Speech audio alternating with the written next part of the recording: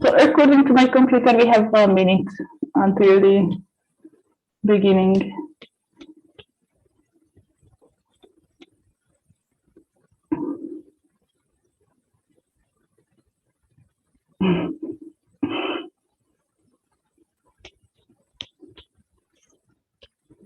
So, should we start? Is everyone ready? Okay, right now so Lena is also somewhere there, but okay. So welcome everybody back to the final linguistic section of the conference. We will have 4 talks during this section, and the first one will be Gerson. And I asked him, because I will be the second one with the joint talk, to chair my presentation. So Gerson will talk about a discourse particle in commas. So Gerson, please, the floor is yours. Okay, fine, thank you. So do you see the presentation? Yes. All right, just take the full screen view. And then I want to get rid of you. I mean, we see a document. Yeah. Huh? Okay, cool. So, fine, good. So my topic is a notorious particle in the commas recordings, bar. And now it does not move. Why? Because I think you don't share. So we see your document or something like this, and not your presentation. It's running. Okay. But still. But you see the next slide now. No. We don't see a slide, but we see a Word application or something like this. Okay. So try to start it again. I should. This is the word. Yeah. Okay. And this is the right one. Okay. Yes. But there is one problem now. I want to go back. Okay, good. So the commas discourse particle bar. So I first talk about the difference between the source word bar and then the actual discourse particle, the distribution in the corpus, and then a few ideas about meaning and grammaticalization paths, and then I offer a couple of conclusions. Yalla. Good. So in commas, there is an universal quantifier or all quantifier and degree marker bar, which means all and total or totally. It occurs in different syntactic functions. So ad nominally, as in 1a, it is used as a pronominal stem, which can then be inflected, as in 1b. And the most frequent use is that of an adverb, as in 1c. Another adverbial use is in 1d, in which the meaning is slightly different. So here it's one object is affected totally. So this is more of the meaning all over or totally. And finally, as illustrated in 1a, the particle can be also used clausally in the meaning, and that's it. That's all. For example, at the end of a story. Now, this particle is of Turkic origin. It is borrowed from a neighboring South Siberian Turkic language. And on the Turkish side, this word has more meanings than in commas. In addition to the meaning whole, all, or everything, it is actually an existential particle, for example, in Turkish var, which is approximately the same as Hungarian van. And in some languages, it's also an attribute, which means rich. And in the sources, across the comma sources, only this quantifying or degree marking function that is here, the number 2, is attested, and this attestation holds for almost all sources of commas. So besides the donor texts, also Castrain, and among the older sources, it's attested in Spassky's Koibal word list. But now in the texts from the 2 last speakers, which were recorded in the 1960s and beginning of 1970s by Avo Kynap, the 2 last speakers, one is Klavdia Blodnikova. The bulk of the recordings belongs to her, and a couple of recordings exist also with the second speaker, Alexandra Semyonova. And in their materials, and first of all in Blodnikova's materials, we find the same element in a different function. It occurs clitically, and that is unstressed, and in various positions in the sentence, and so far the meaning has not been identified. So for example, typical Wagernagel position occurrences are in 2a and 2b. Then we have it also later in the sentence before the predicate, as in 2c. We have it post-verbally, and if the verb is at the end of the sentence, that means also clause finally, as in 2d. And it can also occur several times within a clause, as for example in 2e, where it basically frames the predicate. In the inner commas corpus, which contains all the recordings with the last speaker, the 2 different occurrences of this lexeme have been glossed as quantifier and particle respectively. And while this is not always very clear how to understand it, a good indication is stress. So stressed instances as in 3a and 3b are clear instances of the quantifier, and unstressed instances as in 3c are clear indications for its particle function. Can I, yes, I try to play it. I have activated, okay, now I got out. This is not good. I should probably go back to the slides. And now let me try something. I play a line from the inner corpus, and you just let me know if you hear it. Bulan bulan kana barbu bude. Could you hear that? Yes. Okay. Second one, second example. And you still see the slides, right? Yes, exactly. Then we nam no idikit bazu bartono lui. Okay, and now the instances in which there is no stress. Okay, now Zoom interferes. I cannot switch the page. Okay, good. Go ahead. De barere etul bisaran kai din barkonola po. Okay, so I hope it became clear that the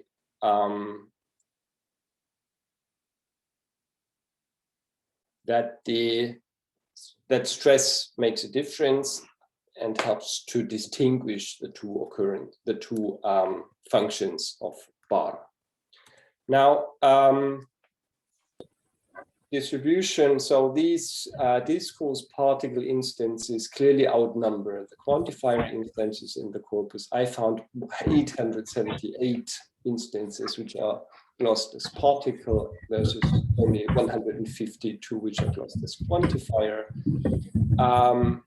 It's quite frequent, so it occurs in more than 8% of all sentences, but the numbers are to be taken with care. There are some classifications which might not be exactly right, and it's really often difficult to decide. So especially in preverbal position, number 4, for example, Uganda, Shishiga, Bibar. Sorry, Gerson, for interrupting you, but after you went back to the presentation mode, we don't see your presentation. There is a black screen right now. Okay, another problem. Yes, sorry. Let's fix this. I stopped the screen sharing and Try start it again. Yes. And start again, and then we should basically be fine. I don't need this any longer. So, sorry. Now, do you see the slide distributional issues? No, again. It was visible before the presentation mode, but after when you changed it, it became black. So maybe you should just stop the presentation mode and... I did it. Okay. IK, one second. This is weird. I never had that before. So, but now... It's okay, right now it's visible. Okay, so now let's continue with this. So as I said, the discourse particle instances outnumber the quantifier instances, and some of the classifications are difficult. So and now I want to move on. Now it doesn't move any longer. It's okay. I picked a subcorpus of the whole corpus that is tales, in which Protnikova retells tales which have been recorded earlier by Kai Donner, and here we see where these two different functions occur. So the quantifier prenominally, argumentally, clausally, quite rarely, and the 45 instances of discourse particles, the bulk of it in the Wackernagel position, clause finally, for example, only 3. So, but basically the main idea is that it occurs in different positions. It's not fixed to a certain position. Now, meaning and grammaticalization. Are there any hints about the meaning? In some texts which Aku Künnap had published himself, the particle is translated as vid, English translation after all.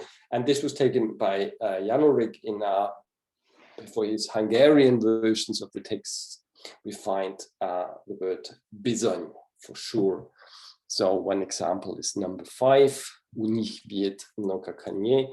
They have vid, many horses. This vid also occurs.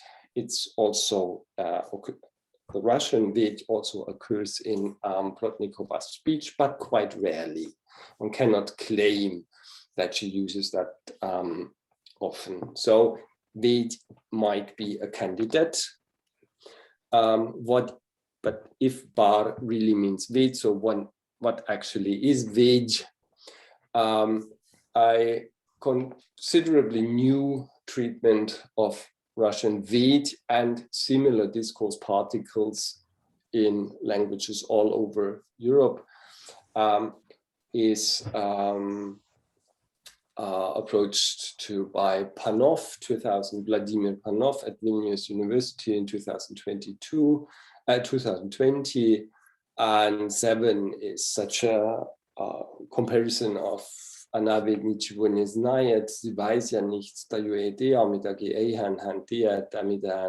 So these are Russian, German, Estonian, and Finnish which are part of Panov's comparative account of a category which he names the animative, and the main function is to mark uncontroversial information. There's of course lot of more to say about Vég and about German Ja and about Estonian U, but the gist of these modal particle treatments with a long description tradition in the single languages, always uncontroversial information, mutual information. The speaker signals that the hearer has access to the information.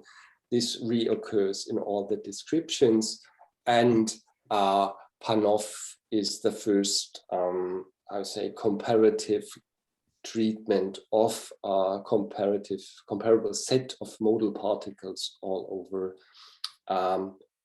over a huge language area. And why not having commas participating in this area?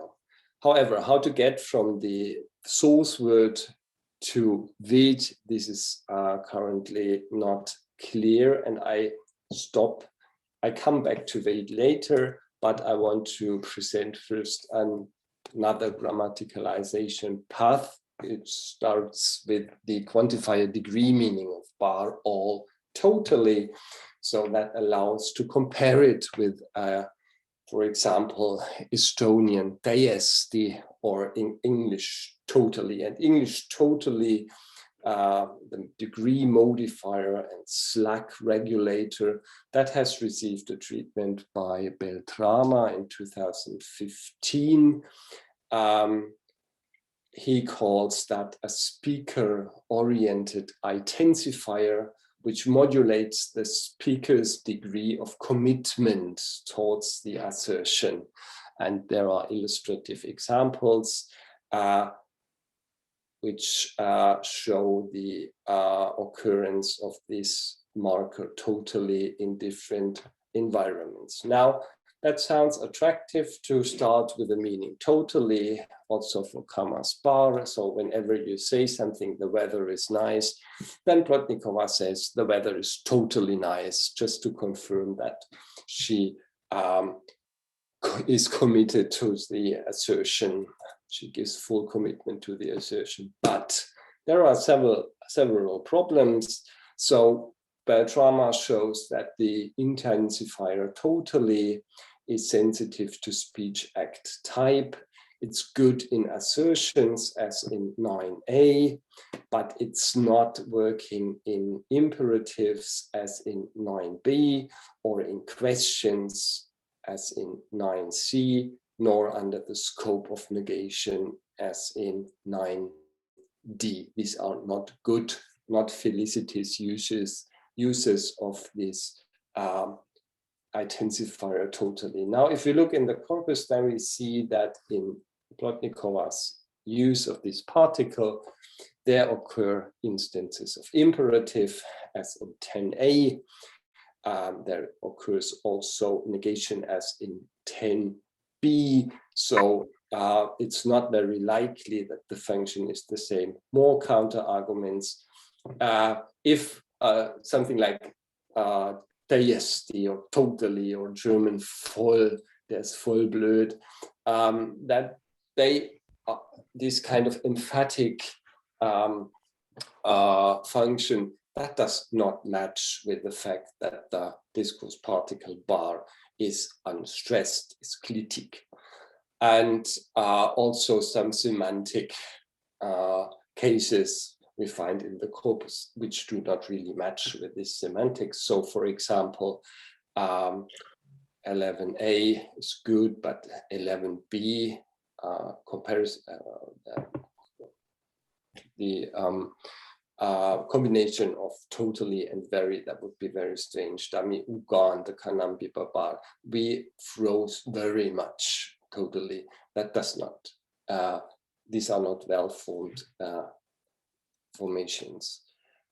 And then also instances like 12, some smoked pipes, some didn't smoke. So how would you integrate a a marker totally here. Some totally smoked pipes, some totally didn't smoke. We don't get any further with this totally function. But so if it has started to develop from this function, then the meaning was, the function was to modulate the degree of commitment that the speaker has towards the association, to the assertion, sorry. So what could be a next stage in this development? And one of the functions which are often found with discourse particles is the marking the stance to the degree of truth of the proposition. So an assertive particle which has a similar function, and assertive particles fit nicely with imperative, with negation, less with interrogativity, which would fit the attestation picture in the commas corpus, because we have no examples with questions, but we have examples with imperative and negation. So an assertive particle which simply puts weight to that what is said, signaling the hearer that is what I say is true. That's fine. Now, more on the 5 meaning. minutes left. 5 minutes left you have. Okay, I will get through. More on the meaning. Assertive particle, what is the target function? It's not commitment to the truth of the proposition, but rather commitment to the way of expressing it. That is a speaker-oriented assertive text production particle. This would match with typical hesitation pauses after bar, as in 13. And as we know, that text production, that commas text production was really a challenge for the last speaker. And I come, sorry, then asking, okay, when she is referring, when this particle has a function which is rather connected to the text production and not so much to the content, are there any reasons to reject vid now? Because vid as a marker of uncontroversial information would also be a very nice discourse particle in her speech, in which she currently encourages herself to that what she's doing is fine, it's uncontroversial how she formulates it. And but it could also be oriented to the hearer if we think about the particular context in which these recordings were made, which were often two persons involved, only Klumpp and the last speaker, Plotnikova, and then with the agreement that she should think about narratives and first tell them in Russian and then have them in commas. And now, if you have this background, then it would make sense that when she tells text in commas, that she refers to this mutual knowledge, even if it sounds as she tells a narrative which has a quite new content, but they had spoken about this before in Russian. So she might permanently call to assumed Knupp's knowledge of the content of what she's telling. So there are several axes to explain typical discourse particle functions and as an explanation for bar. Now, one last thought: if the function of bar is such a particle that has nothing to do anymore with emphasis and totally, then why not think of a different grammaticalization path, namely starting from the existential meaning that simply signals that what she tells exists.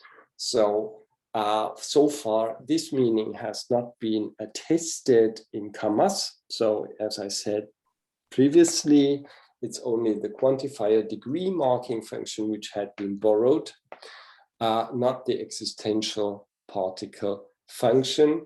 And so far, I have not found any comparable use in Hakkas, in accessible Hakkas texts, which may also be just not the right type of texts, which I found in several different publications in corpora. But a strong candidate would be Mongolian bol, which is the Mongolian equivalent to Turkic par. And this is used as a topic marker. Here, a definition taken from the authors, from recent authors, but the use, and as illustrated in a few examples, would fit nicely the use of bar and may offer a background. So, conclusions. The discourse particle bars are tested with the last speakers only. Its function may either be connected to the circumstances of text production, reproducing text in commas, which has been mentioned to the only listener before, in which the particle marks information as mutual and uncontroversial. This function, or the closed function of assertivity, can also be connected to the actual speech production, not necessarily to the content. The speaker reassures herself permanently about her right choice of words and forms. The source is either the quantifier degree adverb or totally, for which a development into a discourse particle has a parallel, at least in English, totally, a speaker-oriented intensifier which modulates the speaker's degree of commitment towards the assertion, or the source is the Turkic existential particle and its Mongol equivalent bol. But how and when this developed into a commas discourse particle is unknown. So this is all a bit speculative. It would be nice to have robust parallels for Russian Ved, for Hakkas, a dialectal par, but they are not detected yet to a sufficient degree. Any suggestions for comparison are welcome. Thank you very much for your attention. So thank you so much for the presentation. Is there any questions, comments? I think, yes, there are many. So I don't know who was the first, but maybe start with Chris. Yeah, thank you, Gerson, for this very enlightening talk. And so I'm always happy when somebody is doing pragmatics on the basis on language corpora. Yeah. One short question about your syntactic analysis of the postponed bar as an adverb. Wouldn't it simply be the type? Sorry. Analysis of postponed bar as an adverb, as you said. Adverb. So yeah, since we have similar parallels in northeastern Turkic, and there basically it is analyzed as floating quantifiers, so simply as the same as in pre-post position, but occurring after the thing it modifies. So I a little bit doubt that it is an adverb there from a Turkic perspective. So, but I do not insist in the term adverb. I mean, this is a bit an amalgam between older descriptions and more modern descriptions, and I would probably be ready to replace adverb by floating quantifier in this position. Let's say, I mean, the main idea between quantifier and quantifier, it seems a bit like it's adnominal, while an adverbial is clearly adverbial. So and if I have the yeah, okay, but I mean that's all in the definitions. Thanks for the for the hint. You're welcome. So any other questions or comments? Alessia? Hey, thank you, Gerson, for a very interesting talk. I have a very, let's say, vague comment. From the very beginning of your talk, I was attentively listening to how you define the meaning, because I have NENETS has two constructions which are kind of formally completely different, but they express the same meaning. And one of them is quite kind of a recent development of this.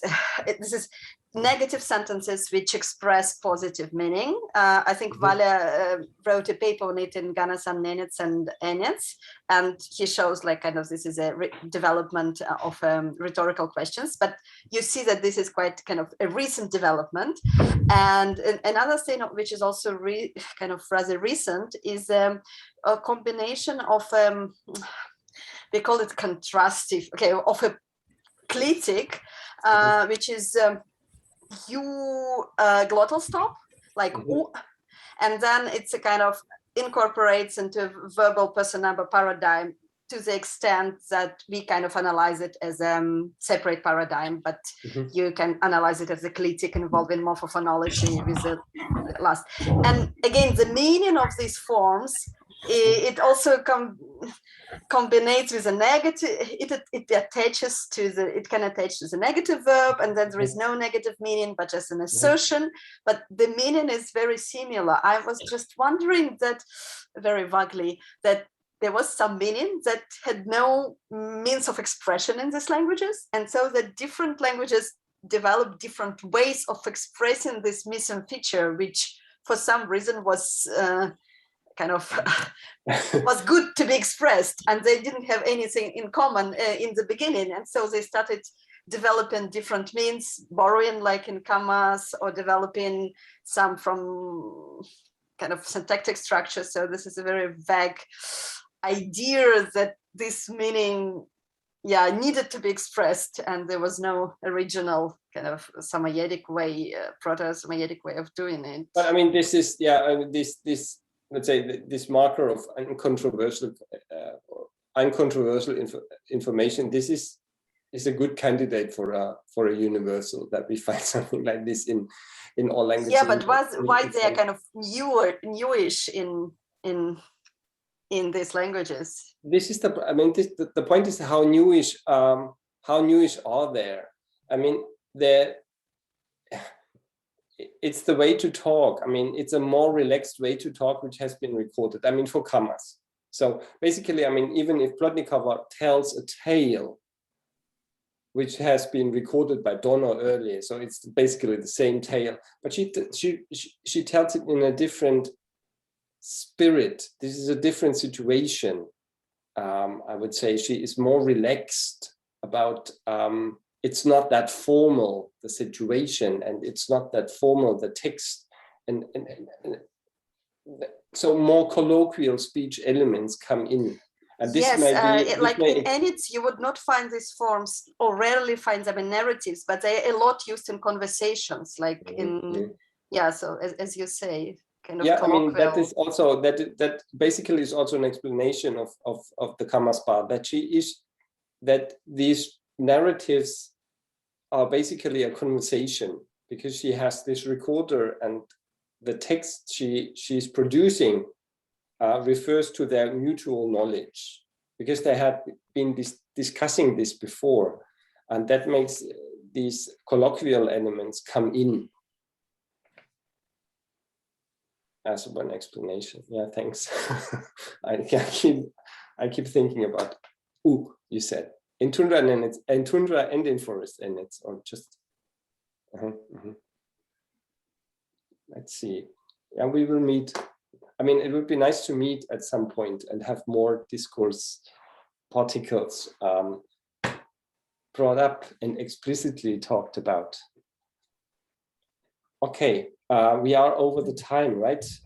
More or less. If someone really wants to my talk, I switch in for minutes into the role of a chair, and I would then announce now that next talk, which is given by no, I missed my here's my program. Excuse me. So the next talk is then by Nikolett and Balázs Surányi from the Hungarian Research Center for Linguistics, and in case of Balázs, also with University Affiliation, Pázmány, Péter Catholic University. And the topic of the talk is the syntactic analysis of the post-verbal elements in Tundra NENETS. Yes, thank you. So I'm trying to share my screen and show you the presentation. I guess it will. Okay. So is it visible? Nikolett, it's quite difficult to hear you. Really? It's kind of there is like echo. Yeah. Like if you maybe put on a headphones, it may become easier. But I have already. So I don't know. Is it so bad? Maybe it's too loud. Alessia, you should know that in the beginning of this session, the microphone did not work at all. Yes. Is it really so bad? Well, Isn't it No, better? isn't it? it's not ideal, but it can be. I mean, Can be heard. as long as we can understand you. Okay, I am really sorry for these technical things. I don't know what has happened to my computer or what is the reason. I'm trying not to shout or speak so loudly, and therefore, so maybe it won't be so strange. So yes, as Gerson told, this is again a joint work together with another colleague of mine, and who is really sorry about that he couldn't make it to be here. So I will be only the presenter today, and so be here for your questions if there is any. So this whole research is about postverbal phrases in Tundra NENETS, and we will examine postverbal constituents that can be found in the language. And we will focus on the syntactic categories and syntactic functions that can appear after the finite verb in the language, and also their informational structural roles, and also the syntactic relation of these postverbal constituents to their host clause. So the postverbal constituents will be abbreviated with this PVC, which sounds a bit funny for the Hungarian speakers.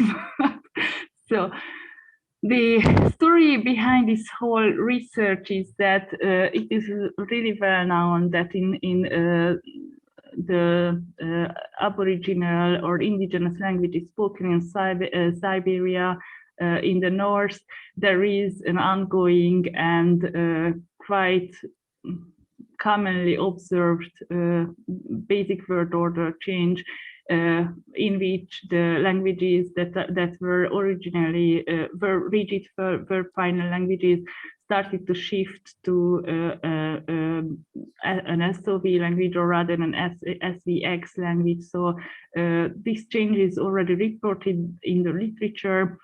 And one possible way in which this rigidly verb final language can start shifting from this rigid verb finality to a more flexible word order is by incorporating these right peripheral elements, which are originally or were originally dislocated from the clause, and they are or started to be real and analyzed as the part of the host clause.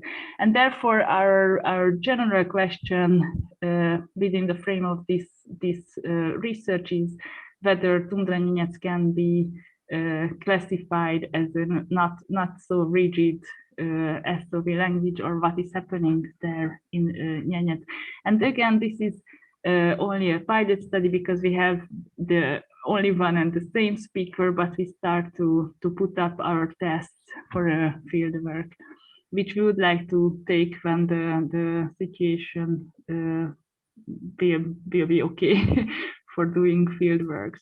So what we know about the verb finality in Tundra NENETS, so we know that this language is standardly described as an OV language, and all of the grammars describe this language as a strict verb final language. So the only one thing that we surely know about the language is that the finite verb occupies the very final position in the sentence. It is exemplified in 1 and 2. Both of them illustrate an SOV configuration. So Pavel Irinam Manengas or Igor Yeven Gavongas. So it is also described that that the verb finality is so rigid that we can find constituents after the verb, such like in example 3, in which there is this adverb, and it cannot appear after the finite verb. So this Sergei Masha Menye Iotye is not accepted by the speaker. We also know that a set of systematic example or exceptions can be found in the language. It is also discussed in grammars, and the grammars usually say or state that it is a dislocated afterthought, just like in the example in 4, Gave Yolchengana Hoyada Nita Yadmi.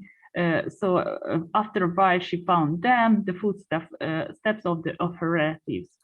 So we have consulted our native speaker informant, and he told us that this kind of post-verbal constituents are commonly accepted in the spoken language varieties, but it is not really accepted and not really preferred in the written varieties of the language.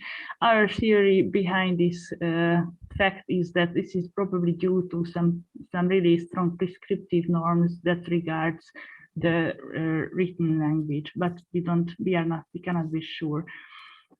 We also made some recordings when we tested these sentences, so really some preliminaries can be stated or can be observed on the prosody and the intonation pattern of this post-verbal element. On the basis of our findings, the post-verbal element is not integrated into the host sentence, as you can see in this figure. So there is always a prosodic break in the between the post-verbal element and the sentence final verb, and the element is realized with a falling contour. So it could be something like Hassava tyukum tolabi, and the break tyukuk nyigam. So sorry for the not authentic pronunciation of the Nyenes data. So it is also observed and also stated by our speaker informant, native speaker informant, that this break is really really necessary in order to understand and interpret these constructions. Without this break, the constructions won't be acceptable. So this break will be implicated by a comma in the sentences, but as you can see in 6 and 7, without the comma, this configuration is not accepted.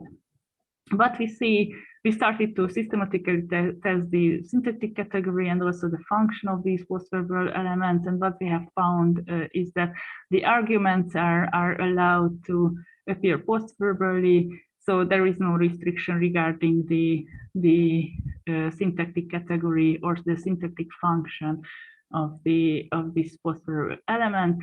So as you can see in 8, 9, and 10, there is a subject that appears after the finite verb. There is a direct object that appears after the verb, and also a beneficiary adverb. So we haven't found any constraint regarding these functions and categories. What we have seen so far is that in these examples there was a gap that to which this post-verbal constituent corresponded. And it is known from the literature that the afterthought post-verbal elements are ordinarily associated with the close internal correlates in many languages. So the question arises whether it's really an afterthought, as it was stated in the literature. How can it be that we don't find, in some instance, we don't find any interclausal element in the clause? But as you can see in the examples, an overt correlate can be associated with a post-verbal element. So it seems to be really a kind of free variation, whether there is an interclausal element that corresponds to this post-verbal phrase. In 11, it is the personal pronoun that corresponds to this post-verbal element, and in 13, it is a demonstrative pronoun that corresponds to the postverbal elements, and it can also be lexical noun, most probably definite lexical noun. So as it is seen in 14 and 15. What we see again in those cases when there is an overt coreferential element in the host clause, there is an obligatory matching in the case features of the clause internal correlate of the and the postverbal element. So the constructions like the 16 and the examples in 16 and 17 are only acceptable if the postverbal element matches in case with the intraclausal correlate. So in 16, it is the direct object that appears after the finite verb, but it is only acceptable if it carries the accusative case, also if it's marked by the accusative case. And similarly, in this example in 17, it's only acceptable when the locative case marking is on the postverbal element, and here is the intraclausal correlate. This matching suggests that the postverbal phrase is somehow syntactically associated with the clause internal phrase. So this information a little bit contradicts to this afterthought interpretation of this element.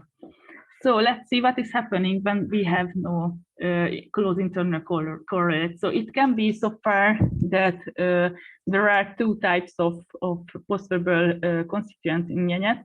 One of them is the afterthought that really does not belong to the clause, and there is another which is a dislocated element, already dislocated element. Or not a dislocated element, but part of the clause, and we can assume, or we might assume, that this element appears when there is no clause internal correlate. But what we have found, and we have found some indirect evidence to that in those clauses in which there is no overt pronominal or any other correlate in the clause, even the postverbal element corresponds to a covert correlate. And one indirect evidence comes from the verbal agreement pattern or paradigm that is observed and well known in TUNDRA NENETS. It is known that the object agreement is optional in the case of the third person lexical object, but it is obligatory with 0 pronominal objects. It is exemplified or illustrated in 18 and 19. There is a lexical object in 18, and as you can see, the object agreement is optional in the sense that the sentence can be accepted without this object agreement. However, the sentence in 19 is not accepted and not grammatical without the object agreement, and it is because there is a silent pronoun, accusative pronoun, so the object is covered, and therefore it is necessary to mark its presence in the sentence. What we have found in the case of sentences in which there is a postverbal element, which is an object, again, if there is no intraclausal correlate of the postverbal element, then the agreement is obligatory. So this evidence, indirect evidence, shows that there is. So we can reformulate this sentence in a way when we assume that there is a silent or 0 pronominal intraclausal element in the sentence.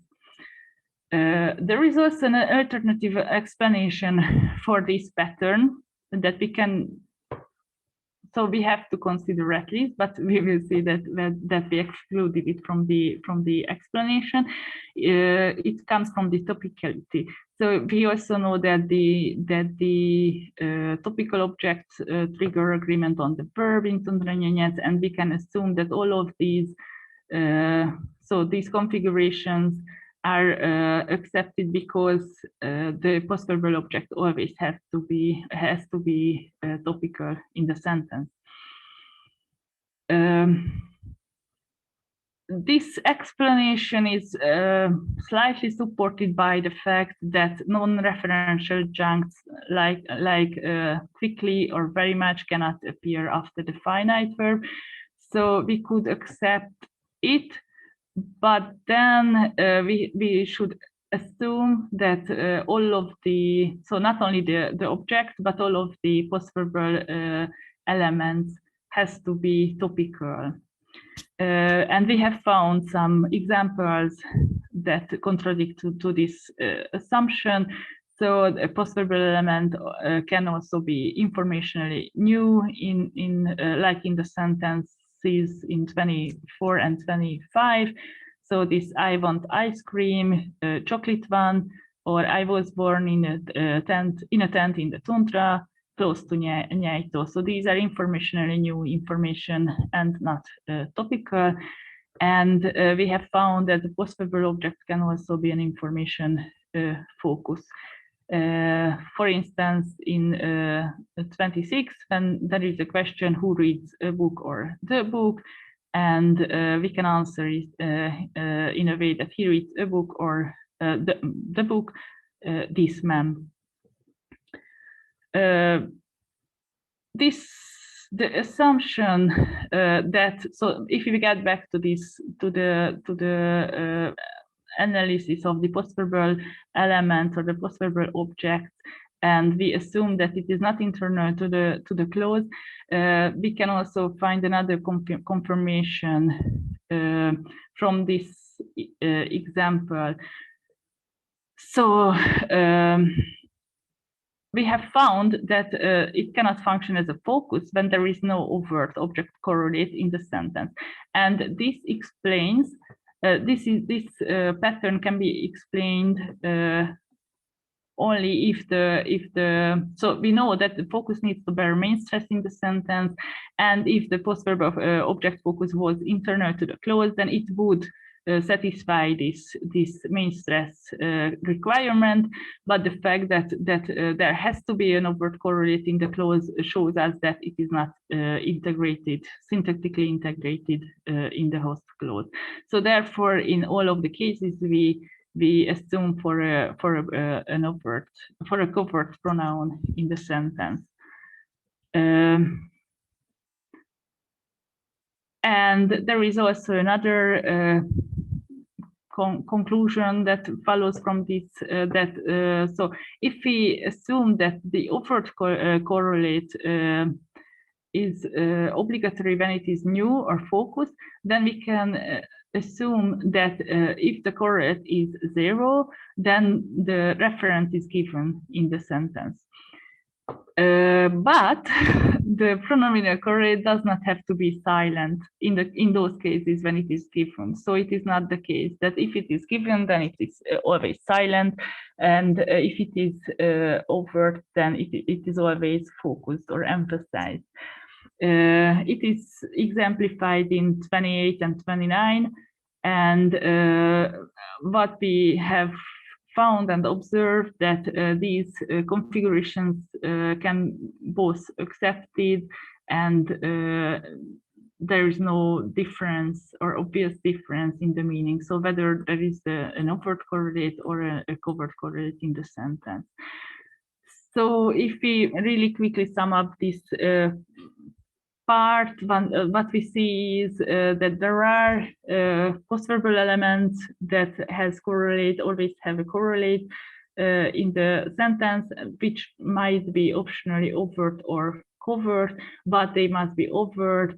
But the fact or the patterns do not regulated by the dislocated element, but other independent reasons govern this pattern. So what we have seen that the correlate must be overt if it's the if it bears the main stress in the clause, and it can be overt or covert if it's given. So what we have seen right now, and we have found, so in quickly sum up this talk and what our findings, that those elements that are appearing after the finite verb are really outside of the core clause, so they don't belong to the main clause, and they are always associated with an intraclausal element, and this intraclausal element can be overt or covert. And if we just conclude our preliminary assumptions or research question, that we can say that the TUNDRA NENETS does not or has not started its path to becoming a more flexible or non-verb finite type of language. So it still can be categorized as a rigid verb final language. So some acknowledgements, and thank you for the attention. Thank you very much, Nikki. And we have some minutes left for discussion, and are still and will be still back to schedule if there is not too long a discussion. Chris Lasser, please. Yeah, so thank you for this talk. And I mean, we have talked about this quite a few times, but two questions. On the one hand, you have focused on these structures where you have an intonational break after the finite verb. So the first question would be, are there also structures without this intonational break and a flat intonation concha? Mm-hmm. This is the first question. And the other question is, how would you syntactically reconstruct case marking of the dislocated constituent? Would you analyze it as morphological matching or the like, or would you analyze it as somewhere base generated in the clause and extracted? So regarding the first question, there is always a break. So we haven't or couldn't attest any such kind of example in which there won't be a break. And really, so our speaker always emphasized that there should be a break. And when he produced the sentences, he also, therefore we would like to, so I'm not pretty sure that, so because we have only this one speaker, I don't want to state so strange that it is only so this pattern is the only one that is available in NENETS.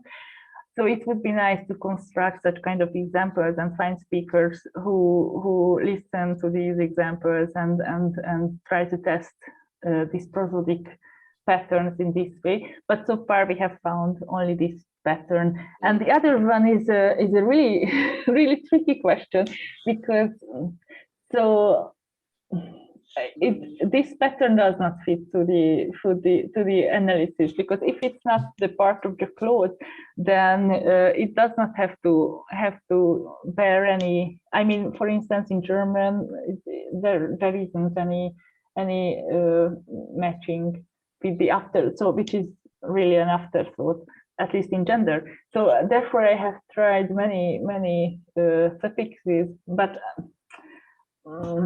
So I would say that it is a case matching, but we cannot.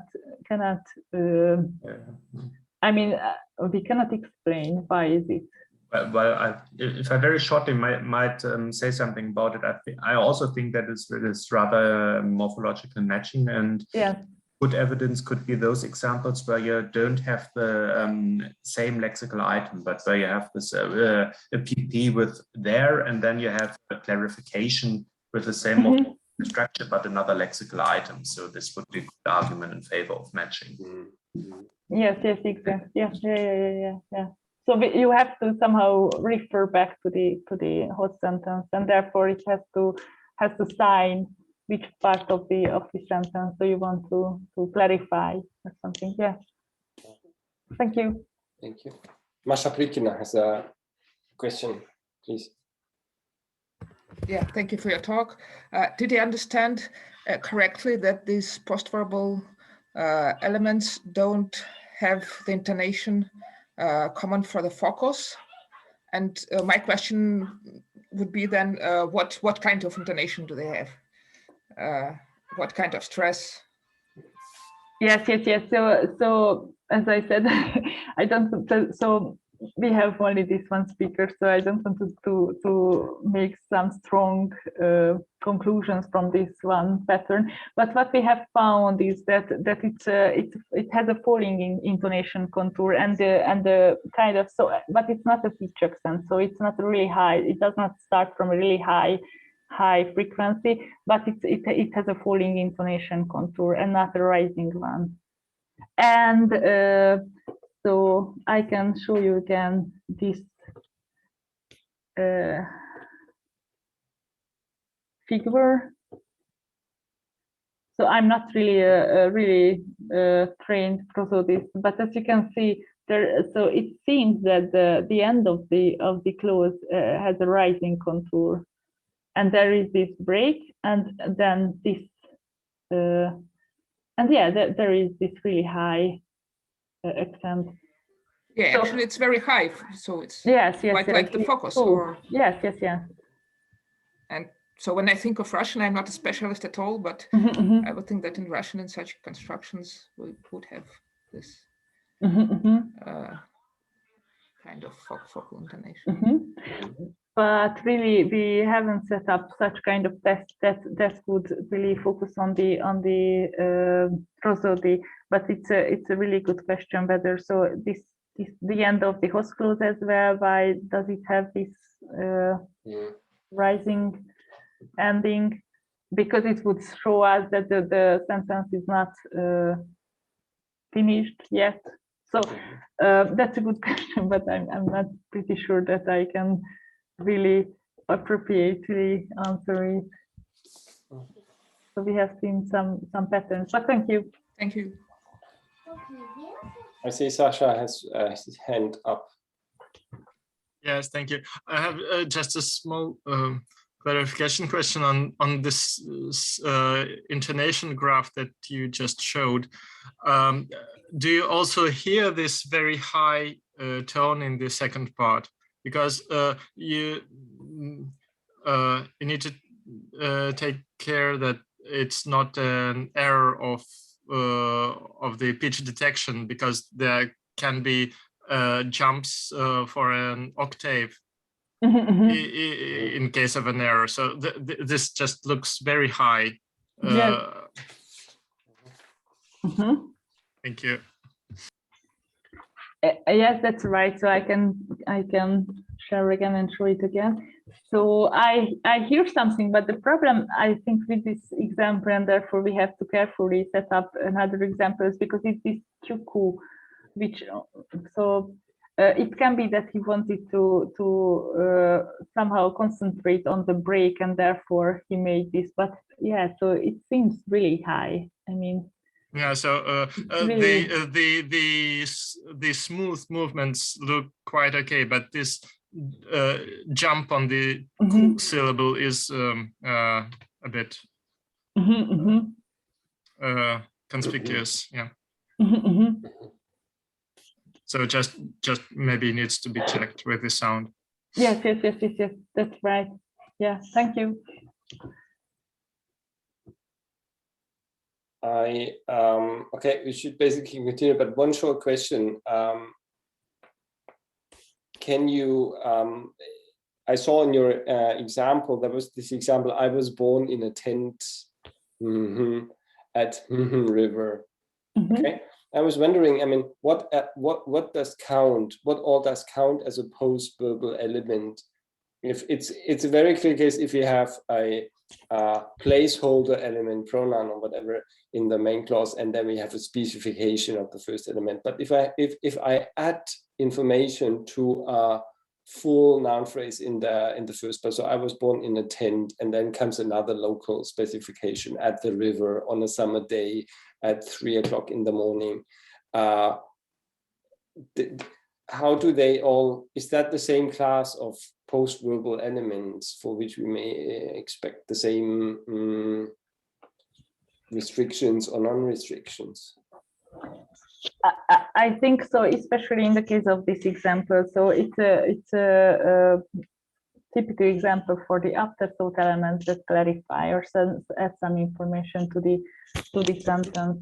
And it is from Kontaktje, so we had it in a written form. So we collected it from Kontaktje, and I think it satisfies to the to this. So it, yeah, as we try to prove, it does not belong to the clause syntactically, but it still refers back to this whole clause and at least semantically modifies the meaning of the clause, and therefore we assume that these kind of examples, yes, they also, but otherwise,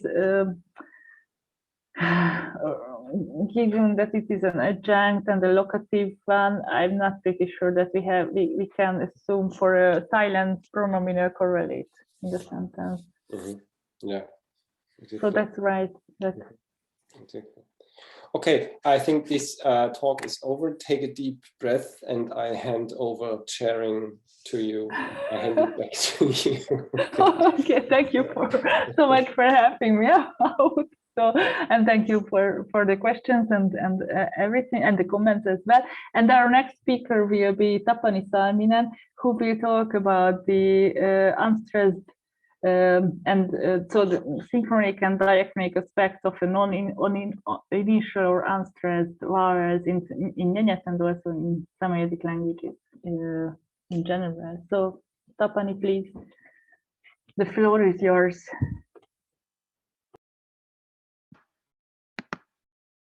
Okay, here I am. Can you see me? Can you hear me? Yes, yes. What do you see now on the screen? Your presentation. Okay, which one is better, this one or this one? I think the second one can work. Okay. It's better. Thank you. Can also. So, dear colleagues, уважаемые коллеги, мой доклад сегодня имеет такой какой-нибудь полусерьезный характер. У меня вообще больше вопросов, чем ответов вам. И честно говоря, я хотел вас всех приветствовать и послушать ваш доклад. Ладно. So I added here this kind of a preemptive pre-title, not to make the topic too demanding. I also have some kind of introductory material, because I first thought, because this conference is shared with the Dulcian lectures, so there might be people not so familiar with the Samoyed languages, but actually all people here who I've seen are top specialists, so we don't really need to go into these kind of preliminaries. Tomsk, I believe, is here. Can you see a hand symbol moving there? So I like to use this cursor. Yes, yes, yes. Thanks.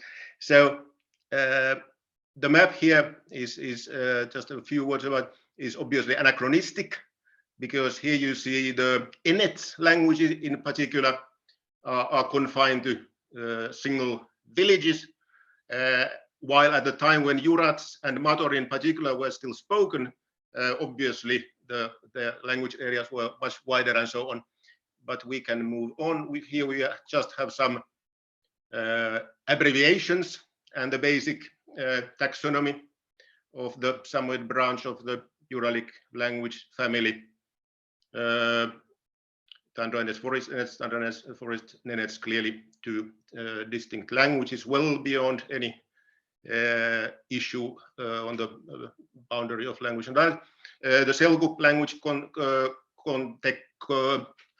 complex, obviously more problematic, and this is not the historical classification, because as you know, basically Tas Selkuk, Northern Selkuk is an offshoot essentially of Tim Selkuk and so forth.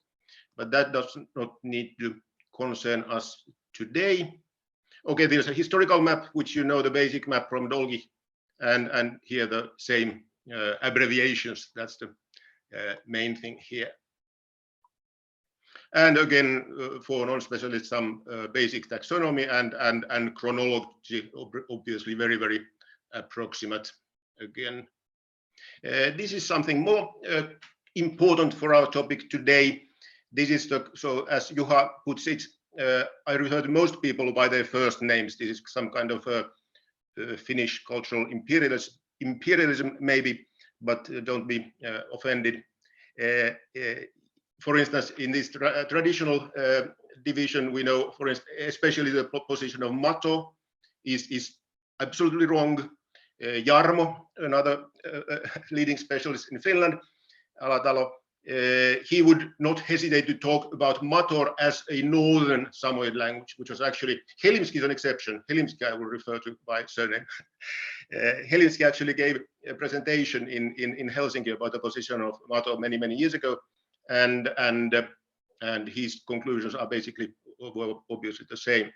So this is Juha's alternative taxonomy, and here is something interesting about this kind of a central area. I don't think they are really I mean, if you compare just NENETS and NENETS together, what you reach as a level of reconstruction is already very close to Proto-Samoyed. So I wouldn't say that there were proto-languages, but surely you can talk about like aerial genetic units in Helsinki's sense. He introduced this term, and same for Sakup and Kamas. But then this sort of central or group or core group, and then the more peripheral languages geographically are actually important for our topic today, as I try to show to you in a second. Some notes, so Selkup here was common Selkup as defined by Jarmo in his dictionary and elsewhere. Obviously more detailed information about all the varieties of Selkup would be important, but this is just very, very sketchy presentation. Some abbreviations. I may occasionally talk about pre-NENETS, which is just Proto-Samoyed, but it's just based on what we have in NENETS. I think it will become obvious. Just a quick comparison how Irina writes Tundra NENETS in her grammar. So basically all differences are just notational. Her phonological transcription is fully valid, with one single exception, which is she eliminates the hyphen from compounds. Well, she has a reason for that, obviously, because she frequently uses hyphen just for marking affixes while glossing for glossing purposes. But there are minimal pairs that get then spelled identically, and this is only rather marginal case, but still. Tanyana, okay, sorry, I don't have glosses here, but Tanyana would be there, while Tanyana is existing. It's a participle of the word of Tanya, exist, have. Okay, but I don't want, these things are clear, so I don't think I need to go into details. We'll move further. So this is just an example from Irina's grammar. There's one little thing, there's a misprint here, obviously by 2 syllables. Basically, as great as Irina's grammar is, you should read Ivan's, that is Ivan Stienin, Ivan's review of it. It was published, I think, in Vопроsi Языка знания, and sort of together with it, because there are lots of misprints. However, I must defend Irina in the sense that she knows everything, and actually the texts in the end of her grammar are just perfect, virtually perfect. There are no glitches of any sort, but something happened there in the editing process that sort of kind of some many mistakes that she would know mistakes were still included in the publication. Anyhow, when quoting Ira, I would say that it's either be faithful to her, or the other option, especially if you are dealing with syntax, would be to use the orthography either in Cyrillic or in transliteration. And you can of course add diacritics there, because diacritics are used in the refined orthography that is found in school dictionaries and so forth. But I mean, really, I don't see a point in employing some sort of simplified transcription based on this, but that's not an issue for today. Okay, now we go to the real issues. This is something that's familiar to those of you who have studied historical phonology, maybe not all of you, but Helsinki added 2 vowels, the so-called 12th and 13th vowel, to the Proto-Samoyed vowel system. So this is the system that Juha used in Savoyerischer Wortschatz and other publications. And here are the additions. There's an other reduced vowel, and there's a 3rd low vowel in the system. And I obviously fully support Helsinki's ideas. Juha has been skeptical, but I think he has become more convinced about the necessity of these innovations. As rich as the vowel system is still typologically, I would say, quite plausible. Okay, here you can see the basic changes. And first syllable, here we are talking about from Proto-Samoyed to TUNDRA NENETS. So as you can see, Y is palatalization, so it's just very automatic sort of transformation from the reconstruction is based on TUNDRA NENETS is essentially the same as Proto NENETS when it comes to vowels, as we shall see in a second.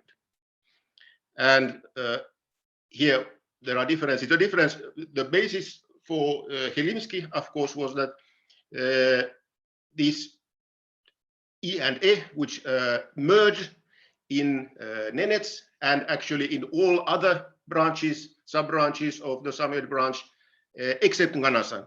So Nganasan, they get separate, and we'll have a couple of examples of those in a while. So this is why we need 2 reduced vowels. You can't have the same sequence and then expect different outcomes. So these are the actually plural forms of summer and body here, and similarly here. And of course now with the 2 the background for Helsinki was again Nganasan, because Nganasan has this kind of active vowel harmony. But the NENETS languages, TUNDRA NENETS in particular, also has relics of vowel harmony, and this reconstruction then becomes harmonic, if you wish. There's a okay, this is not a misprint, because sorry, now I'm moving correctly. So can you see what happens? This is Juha, and this is after Helsinki's. So this becomes now, this is what I was talking about just a second ago. You can see the difference. So while the single reduced vowels merge in all languages, the combinations, this kind of diphthong type combinations, are reflected differently. So there is no way out of this. Also, this development with this low vowel makes also this kind of sense from the point of view of vowel harmony, as well as this sound change in the second syllable here. What is even more dramatic is the difference between the systems of non-initial vowels. Juha's reconstruction is absolutely minimal, and basically even these, they were almost, there was a near perfect vowel harmony, so the contrast was marginal. So Helsinki, this is basically following die Matorische Sprache. He would have changed, that was before his discovery of this 13th vowel, which was the split of the Juha's E, and so there are some notational things. Only A and I are really missing, and basically they perhaps could have been there. There are some etymologies that would support them, as I shall show, at least for the low vowel in a second. This notation by Helsinki is really not necessary. He wanted to use this basic symbol for this kind of an archive phoneme, but actually for an archive phoneme, you basically use superscript digits, like in Worchards and so forth. And this symbol really is not in accordance with any system, so please refrain from using it. So this is a very quickly I go through this, but this is the sort of bulk of my presentation. Is just a few lists of cognates from across the Samoyed group. Here you actually see that if it had been I in the first syllable, then we actually would have I instead of U here in Nganasan. That was the thing there. What we see here is actually that there is a few words. Another one would be the word for cup or dish, like hydja or kita in Nganasan, and a few others. But this is actually, and this reconstruction of the third low vowel in the second syllable also makes sense from the point of view of vowel harmony. So these kind of stems are disharmonic, obviously, because you have an original back and then a front syllable, if you wish, here. In Selkup, of course, we know all three low vowels merge. However, you can see this is what Jarmo calls Helsinki's law, that when this full vowel reduces, then the high vowel gets longer and so forth. But that was rather clear. Okay, here actually I have some really new things, basically, because I don't think these, maybe if you know of a publication that has dealt with all of this data. In Worchards, Juha has combined two different words in a same dictionary entry. They would be the word for soul, which is shown here. However, the reconstruction there refers to the word for bottom, which would be ngulad in Tundra NENETS. The plurals actually would be the same, ngulad for both, but anyhow. But they are distinct everywhere, and you can see another innovation from Worchards in the case of non-initial syllables, so you have high vowels included. And here we have also I vowel, which is shown pretty nicely here in Tundra NENETS and Nganasan. It is actually also reflected in the NENETS languages, but only in forest NENETS. In forest NENETS, the palatalization tells us the tale. This here, the red color always suggests some kind of uncertainty from my point of view. There's plenty of uncertainty going on. Maybe here also, I mean, should we perhaps, we could posit perhaps a semi-vowel there as well, and so on, as we shall see in a word final position. But here maybe something, okay, I will return actually to that question. Sorry, Tapani, but you have 2 minutes left. We started 5 past. Yes, therefore. Let me talk, but we have time. It's now 23 past. Yes. Therefore, so for me, you can finish your presentation. I don't know whether the others mind it or so. I have a lot of slides, but let me go through them and then see how much time we have discussion then, and maybe, okay.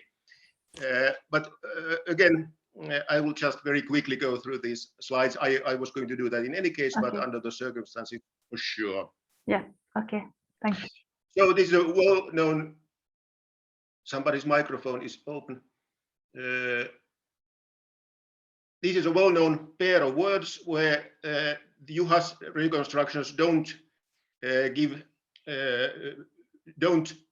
base to the final glide, which here we can see that Nganasan and Mator are the most conservative languages. Obviously, they are not. They are both.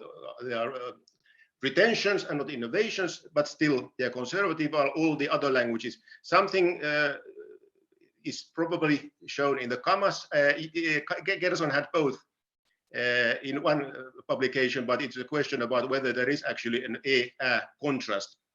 But there is something going on here, as you can see. You can. I actually added some Jurat's materials also, and was going to suggest some phonological analysis, but that was later. Okay, now this is a quote. Some people might say a ripoff from Valentin's great paper, which is kind of a basis for any further discussion on this field. And you can see, if you're familiar with it, I think you are, then please go and study. But here you can see that Castrén had this nasal in his Nganasan materials, which is now this kind of a ghost consonant is preserved in Nganasan on its state. Okay. Okay, let's not go into these notational questions. Please don't mind my notation. I use like the Swedish O. It just was much easier to spell than the superscript. But yes, another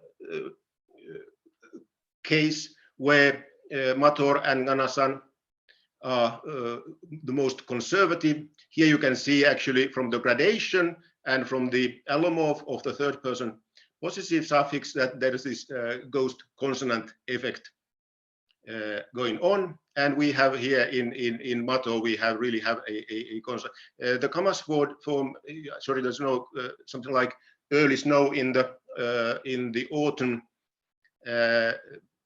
Presumably it's a derivative form. And interesting things going on here in the word for like yam, long, which is a derivative. And actually there's this kind of a vowel metaphoric type of change takes place in Selkup. This is a noun, length. It's just short O in the MGU material from the TAS Selkup, but I think so should be studied further. Okay, and here we have a typical feature of several of names of relatives, that we have Proto-Uralic word forms, words here, and we basically know that they ended in a label glide already back in Proto-Uralic. Should we already expect U here maybe? The problem here is rather than we have too many, now that we have the whole series of high vowels available, we have kind of too many options where to choose for reconstructions, but there are so many details to be sorted out, and this is rather preliminary look.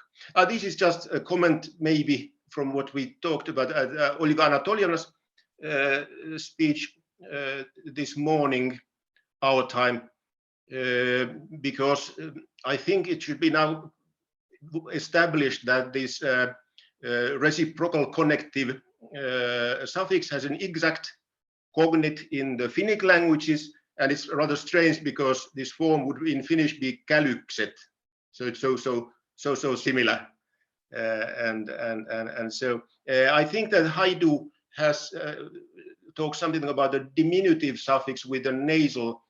That I'm pretty sure is out of the question. But anyhow, I will watch the clock here at the same time, so I will speak a few more minutes, and you will just need to excuse me.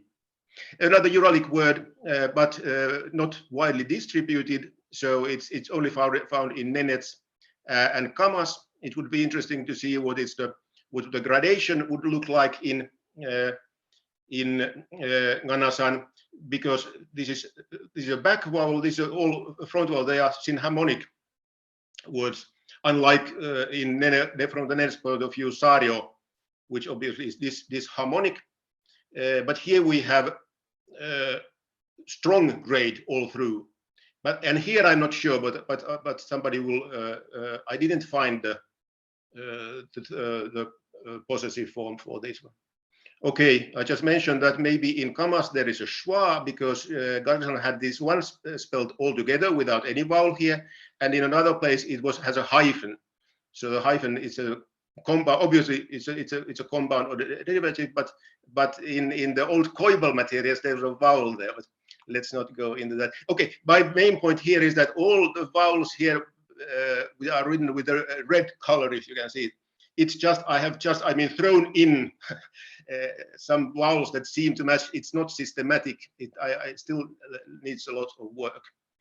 Okay, I just mentioned one verb here also because it behaves the same way as for instance Sario.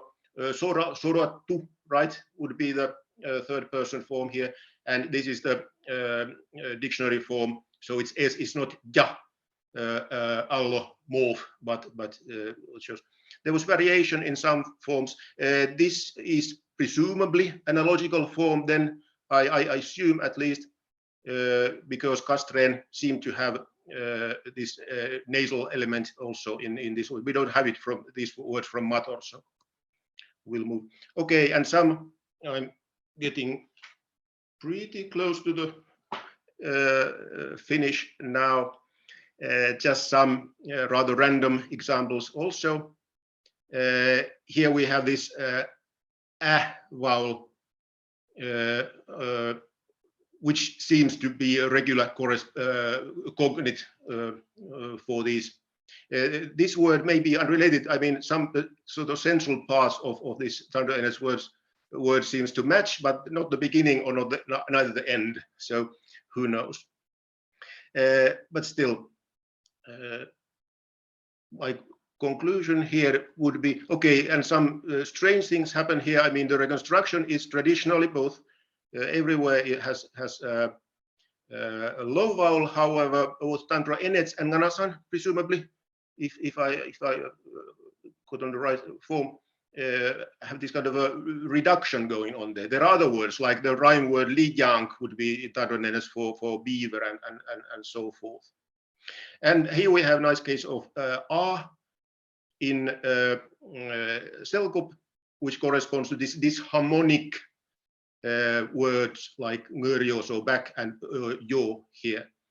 So Juha has this very, very long sequences that his idea was that the palatality in NENETS would come from some kind of syncope. Yes, syncope. So r, y would come together. I really don't think that is the case here. There's an obvious misprint here. Sorry, I shouldn't. Okay, I apologize. Okay. Yes, I think I just show you the basic vowel systems. For instance, vowel system has been reduced markedly, and not reduced, but let's say reorganized markedly, and I suggest that this has happened under the influence of Eastern Handi, its major contact language. But the case here is that the unstressed vowel system is much smaller than the stressed system. TUNDRA NENETS is very, very close to Proto-NENETS. The only difference really here is the schwa was an allophone. If I had time, I would show you why that is. I won't have that. And then this so-called mixed vowel or diphthongoid vowel was present also in non-initial syllables in Proto-NENETS, which is no longer. It has presumably merged with e in TUNDRA NENETS. So we have some special issues here, which I will leave. Okay. So unfortunately, your time is over. Yes, I understand.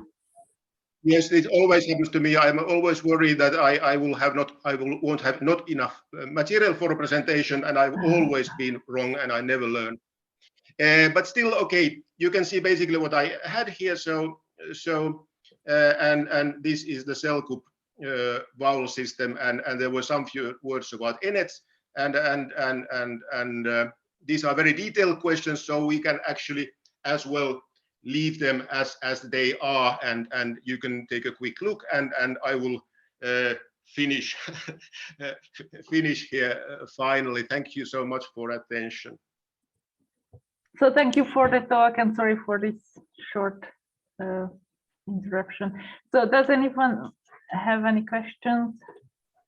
I don't see the. Yes, I have a question. So there are many. Yes.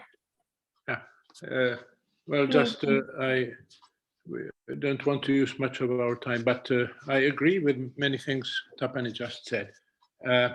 But one thing he didn't discuss very much, although maybe on this last slide, is these morphophonological alternations, which also tell us quite a lot about the history of second or third syllable vowels. And for instance, in Nganasan, this vowel, which is written with the letter A, which we have in the words for iron and berry, for instance, this same vowel you have in the genitive plural forms of nouns which end in a low vowel in Proto-Samoyedic. And this vowel has to be somehow secondary. So if it's a secondary, it must derive from some kind of sequence, probably involving the plural marker. And I think this applies to some other vowels also, that some of the non-initial syllable vowels are actually secondary, and they must derive from some kind of sequences. Tapani didn't talk very much about this, but also some of his reconstructions and conclusions, which are certainly correct, may require some changes in our understanding of Proto-Uralic, like words which have obvious counterparts in other Uralic languages, like jänne in Finnish, which would be now jänti in Proto-Samoyedic, so it has a second syllable E, although we normally reconstructed there just a schwa or a non-distinctive E or E. So I wonder how much this will change our understanding of Proto-Uralic. Also the words of the type käly and vävy, which could be reconstructed to Proto-Samoyedic also with a kind of U in the second syllable and not a sequence. So I think some of these vowels are still of a sequential origin, but maybe the sequence was there already in pre-Proto-Uralic. So this raises a lot of questions, and as Tapani said, the discussion is not yet over. May I briefly answer? Yes. Do we have? Okay. Yeah, I mean, I didn't really pay attention to the things that I think are really uncontroversial. Like, for instance, in these kind of word forms, which would also be what you talked about, Nganasan, like plural genitive, that they derive from the palatal glide following a vowel. I mean, this is something that I took for granted and therefore left it out. But there are also interesting things going on with the actually plural stem, because you can see that these high vowels were this kind of in a pre-NENETS reconstruction, they would also require these. And I can't explain still. Somebody, if can, then maybe later tell me why there is this distinction that like this is from the word in Tundra smuda and this hoba and so forth, but it's really rather random. But I think that's all I can say about this for the moment. Okay, so we have two other, so Kaisla and Gerson, if you can put your questions in a really short frame, then go ahead. Gerson? Me first, yeah, okay. very short, very short comment. Thank you, Tapani, for this useful compilations and thoughts. I just want to comment on one gap from the point of view of commas. This is the negative existential operator, Jenke. There's no reason not to add commas naga. Ah, okay, cool. I think this. Yeah. Yeah. This exactly. Very, so very cool. Exactly naga is corresponds fully to this argument. No, I obviously agree, and I'm very grateful, and I would look forward to any kind of comments like this via email. So thank you so much. Okay, good. Okay, and Kaisla, if you still have the question and would like to, you have 1 minute. This is just a quick note. So first of all, for the word for a mosquito in the list based on the Hamburg corpus, there is Niemung with an U, but the corpus has many. I've heard that the corpus has many transcription problems, so that would still have to be checked. And the word for NATO actually exists in Nganasan, and it is Novua. And I can also send an email about this, but Svetlana Segakovna Aksionova confirmed me that it has this sort of ghost consonant in the end, since it takes the second person possessive suffix Novua la instead of Novua ra. Wonderful. I'm very. If it's interesting in any. Thank you so much for your feedback now and for everybody in the future. So thank you, and sorry for taking up so much time, but okay, thanks. Thank you so much. And can we ask you to stop sharing your screen? Yes, sorry. And thank you, it's okay. And in the meantime, our last speaker, and we have to apologize from Hanna there for the little delay. So Hanna Wegener is from Hamburg, and she will talk about the animacy effects on case marking in Selkop language. And please, Hanna, the floor is yours.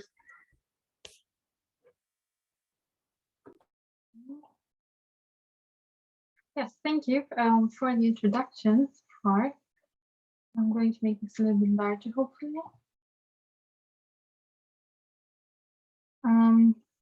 Which version do you see now of the presentation? So the not the presentation mode, but the sketchy.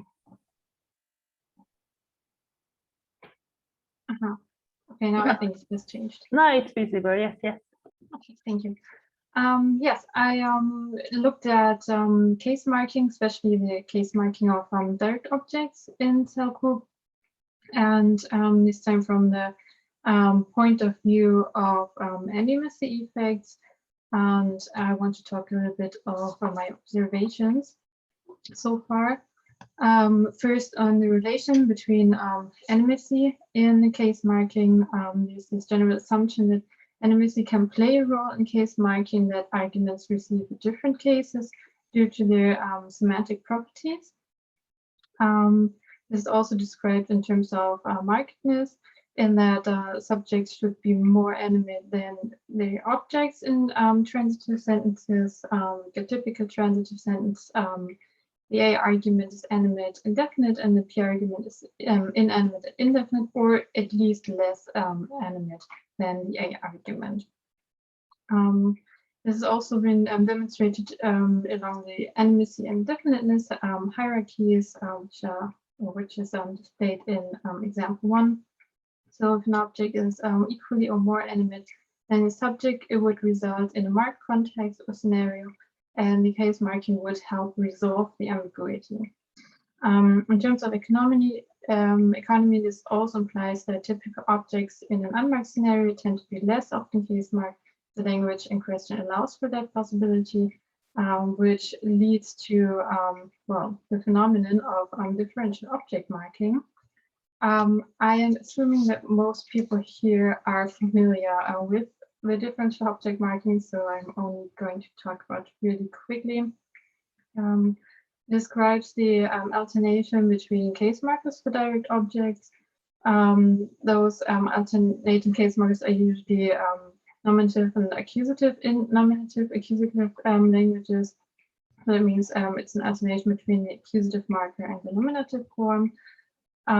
Case marking happens for a subset of direct objects, which can be identified via referential or discourse properties usually. The tendency is that objects that are higher on these NMSC or definiteness scale tend to be case marked. Yeah, this phenomenon has been researched a lot and studied a lot during the last couple of years. Yeah, and for case marking in general, and also in connection to differential object marking, there are two different functions of case marking identified. First was the indexing function. That is, cases are used to encode semantic roles. This cannot account, this function cannot account for all instances of direct object marking. On the other hand, the discriminating function can. It describes that case marking is used to distinguish between the core arguments that are subject and object. So this discriminating function is part of the explanation of the differential marking, and that it resolves potential ambiguity or actual ambiguity, which can happen if the animacy of the two core arguments are equal, or one of them is higher than the other. Yes, those instances would call for a strategy, a mathematical strategy.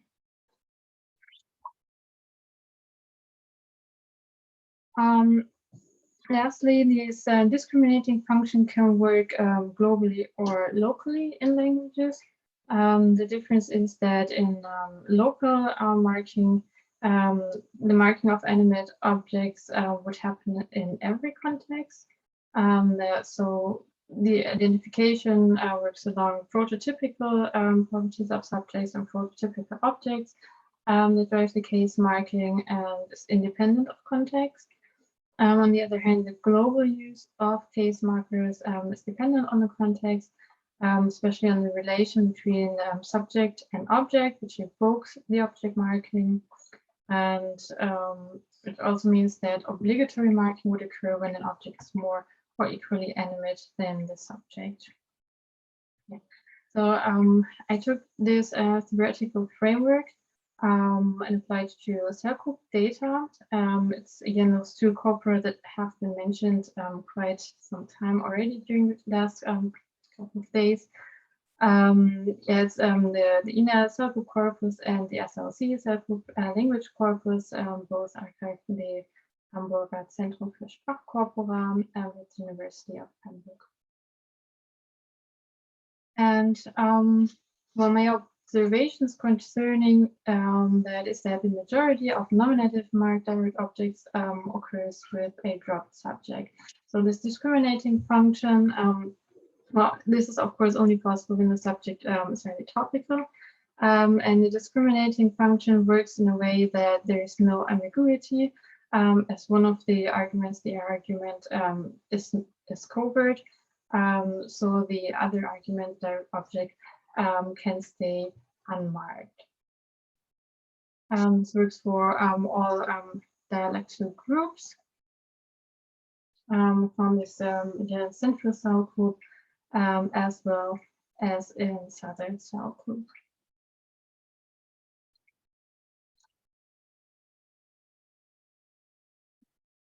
Now for cell group, there's a description concerning animate or inanimate status of referential expressions, and there's the concept that the animacy can be based on the cultural background, and the terms that this would affect include birch tree, for example, the rivers, sun, stone, fire, wind, water, or human-made things. Those are all things that in other languages or with a different background would probably be identified as inanimate, However, in self-group, they could occur as animate entities, and this is mainly rooted in the perception of movement and activity. And Vaidak Kimmeloni researched this phenomenon, and they related to anthropological categories of being alive or dead, and to the linguistic categories of animate and inanimate. And for the marking, I think, or I thought it could mean that reference may receive a difference in case marking depending on their different animacy status based on this. Yeah, my observation is that, well, first of all, like an example like this, where we have the same direct object referent that changes in case marking, that maybe these cultural rooted animacy could have an effect on the case marking and could explain why here is a different case marker for the same, well, what looks like the same reference that would have to be bred with a different animacy status. And this is even though the subject stays the same. And my observation here was that, first of all, only very little of these terms I just showed on the slide actually occur as direct objects in the corpora. And if they do, they can behave just like any other direct object, animate or inanimate. They appear with a dropped subject, as the case in 6a. They can appear with the overt human subject, as case at 6b, and they can also be accusative marked direct objects. A tendency that I noticed is that they tend to have more often human reference subjects instead of dropped subjects, for example.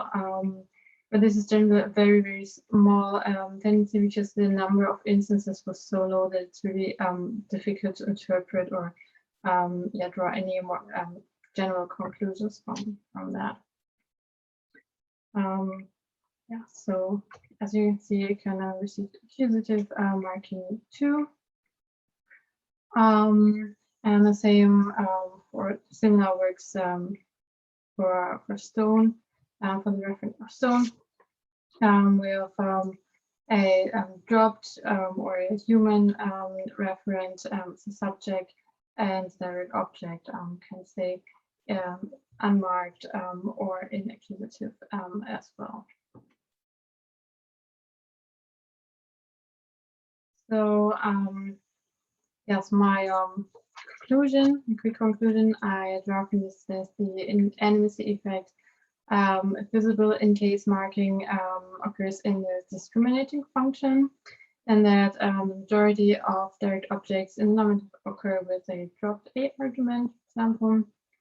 The culturally read animate direct objects in nominative appear, from what it seems from the small number, more often with an overt subject than inanimate ones, but it's a very careful hypothesis right now. If so, then the influence must be rather small. And well, the next step to see if I can corroborate that or not, I would like to have a look at the specific context to see if there is any extra linguistic dimension involved or not. And so I think it was really quick, but these are my references. And yes, thank you for your attention. I cannot see anyone right now, so I will try. Okay, thank you so much for the talk and the interesting data. So, are there questions or comments?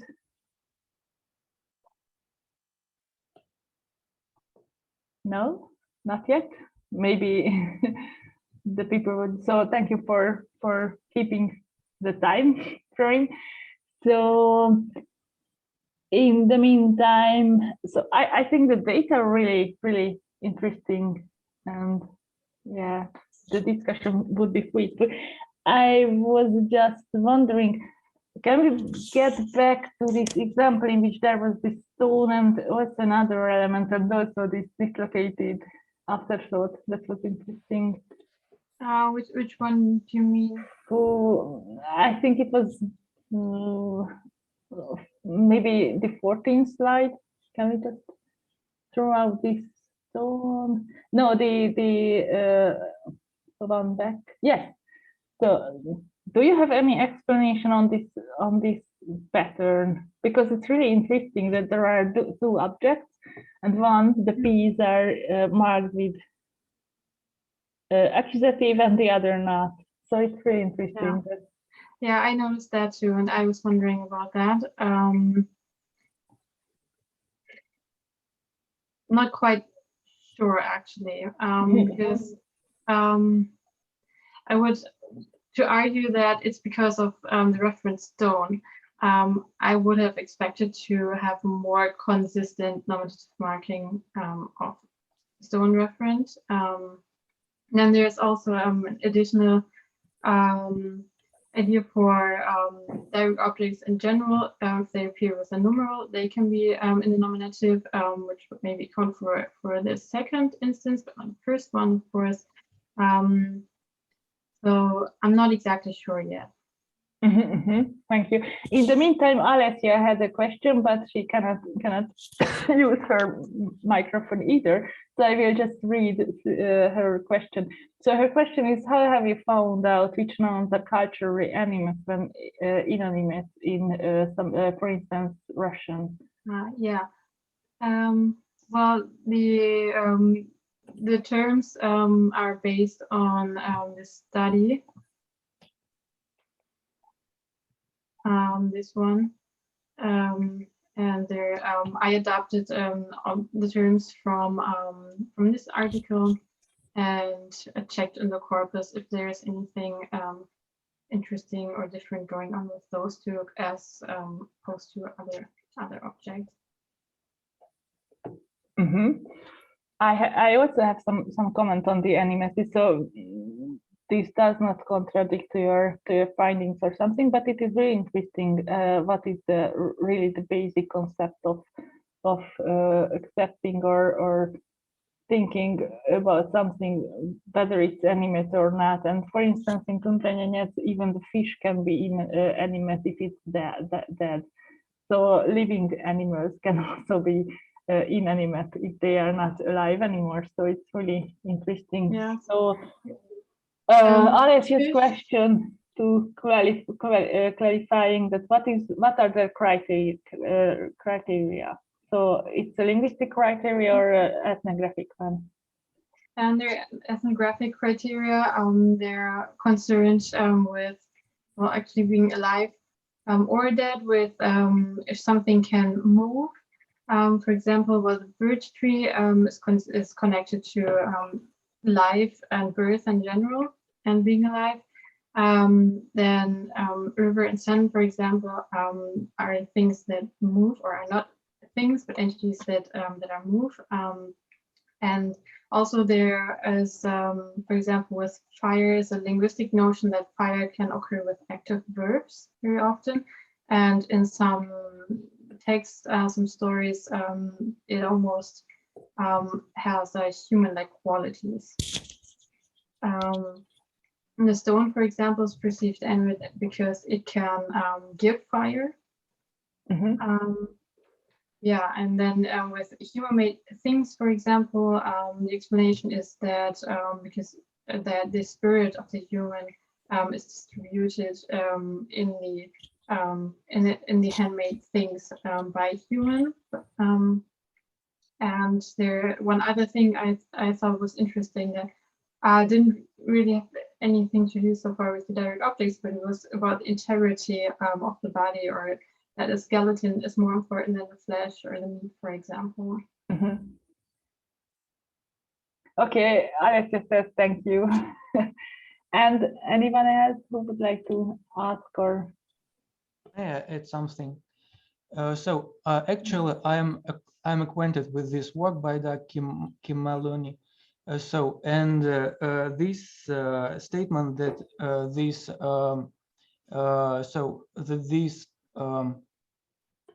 concepts are animate are quite debatable. So actually, they may be used with some possessive suffixes, yeah, sometimes, or just or just show some animacy, maybe in some fairy tales and so on. But actually, this might be quite a debatable thing. So, by the way, do you have any statistics? Numbers, figures? Yes. Concerning if they behave differently from other. What? Okay. Sorry, I probably didn't understand it correctly. You mean statistics that they actually do behave differently in the case marking as opposed to other direct objects, or did I get it wrong? So, do you have any statistics? I do. Figures? I do, not in this presentation, but I do, yes. I'm not sure I understand correctly. I mean, the number of cases when they are used with, for example, with certain things. So, do you have any idea about when they are used in their normal function or normal meaning? I mean, when they are used as inanimate objects or subjects. So, can you compare this animate use of the non-animate? Okay. Yeah, that's something I was trying to clarify when I want to look at the different contexts, if that is the difference in the case marking or not. If it is a context where one of the terms could be animate, interpreted as animate, or not. That's still the further question. So maybe then it's a good direction to develop this research, to compare what was suggested. So we have, so Alessio also advised to include some figures to support your statements in the conclusion. No, I have finally my feedback. No, I didn't advise. I was just trying to help Hanna to understand what Sergei I thought meant. But Hanna has already answered this question. Yeah, okay. Yes. I just thought that you came to the same conclusion as well, that it would have the understanding, but okay, sorry. Okay. So I think if sorry, yes. Just say just a couple of words, you know. This list comes, it seems, from Prokofiev, from his 2 articles where he describes the reaction of the children at school when he started explaining them what is animate and what is inanimate. And then they just opposed him, explaining that all those things and this list comes from there. The trees, then the sun, the rivers, stones, they are all animate because they change, because they move. So it's just ethnographic. It's great if it finds some grammar points supporting this, but the beginning is just from Prokofiev's description, I suppose. This list comes from his 2 articles and from his diaries. Thank you. Thank you. Yeah, thank you. That's interesting. Yeah. So I guess we are in time, so if there aren't any more questions, then we can just stop or finish our last section. And I don't know whether the organizers would like to add something to. So Lena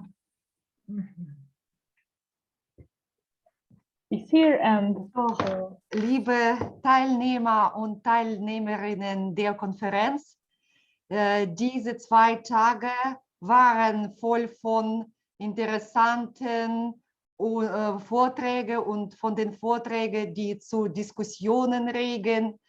Und ich möchte uns alle zu erfolgreichen Konferenz zu gratulieren. So, und ist es okay, wenn ich Deutsch spreche oder besser Russisch? Okay. So, und ja, ich möchte nochmals alle Teilnehmer und Teilnehmerinnen bedanken, dass sie trotz der Verschiebung der Konferenz für ein Jahr doch dabei sind und wir so ein tolles Ereignis erlebt haben. Ich möchte auch alle Vorsitzende unserer Vorsitzungen auch bedanken, dass sie so eine Arbeit gemacht haben und uns in der, bei der Konferenz geholfen haben. Meine Dankworte sind auch unserem Partner, Institut für Phänologistik und Oralistik, die da den ersten Tag auch technisch dabei waren und uns geholfen haben.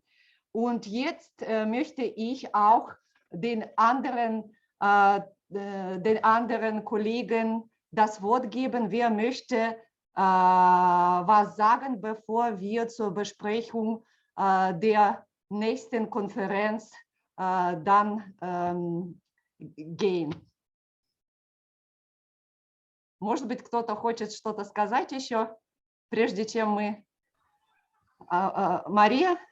Да, я хочу сказать большое спасибо Лене лично и всем остальным организаторам за такую возможность, что все это было одновременно онлайн, офлайн, возможность со всеми увидеться и всех услышать. Спасибо большое. Взаимно. За все своевременные реакции. Ага. Nikolett, пожалуйста. Nikolett, möchte was sagen? Nein. So, ich wollte auch noch bedanken für die Organisierungen. So, Олеся? Я тоже хлопала в ладоши. Мы не поднимали руки, мы хлопали в ладоши. Герсон что-то хочет сказать. Я не разглядела просто, простите. Я тоже только хочу благодарить еще раз. Спасибо. Vielen Dank, Lena. Так. Да, Лена, спасибо. Ага. Вы просто такая хозяйка замечательная этой конференции. Вот, спасибо вам и всем, кто с вами. Да, хочу сказать спасибо. И Гамбургу тоже мерси. Спасибо. То есть, конечно, не было бы у меня такая реализация, конечно, это работа нашей команды, нашей работников библиотеки, которые сидят с нами до ночи здесь в нерабочее время, наших техников, сервисный отдел, которые все настроили, вот, и наш помощник, который должен быть был здесь, он ушел на больничный, и я с ужасом думала, вдруг что-то сломается, но ничего не сломалось, все прошло хорошо, вот, и мы вот, и наша команда, кафедра языков народов Сибири, те, кто реально здесь присутствовал, в библиотеке на конференции, вот Сергей Ковылин, также те, кто от нас удаленно находится, Андрей Юрьевич Фильченко, Ольга Сергеевна Потанина, вот, наши коллеги с другого факультета, Сайнакова Наталья. То есть вот это такая дружная и оперативная команда, которая позволила организовать вот такое мероприятие. Вот. Александра Аркадьевна Ким, которая постоянно была с нами здесь, в библиотеке, и поддерживала нас на всех заседаниях, и сегодня сама вот выступила в зале, так сказать, вживую. Вот. Беата, может быть, ты что-то скажешь? Ну, хорошо. Ну, давайте тогда приступим ко второй части, где будет проходить тогда следующая конференция. Next meeting. Ну, насколько я понимаю, мне казалось, и я тут хотела передать еще мнение Вали, который, к сожалению, сегодня мало мог присутствовать из-за того, что наблюдает на выборах, которые в России активно происходят. Но вот мы надеялись, что все-таки в следующей конференции пройдет в Сегеде, и, насколько я помню, в первый день Шандер, который представитель этого места, кивал головой в ответ на это предложение. Беата, ты знаешь что-нибудь? У тебя звук выключит, Беата, про то, готов ли он организовывать Не конференцию. совсем. К сожалению, Шандор теперь не может присутствовать, но он предлагает делать маленький воркшоп в следующем году в Гамбурге, и через 3 года, в 2024 году, когда вот этот воркшоп станет 20 лет, возвращаться в Сегед. Это, по-моему, классно было бы.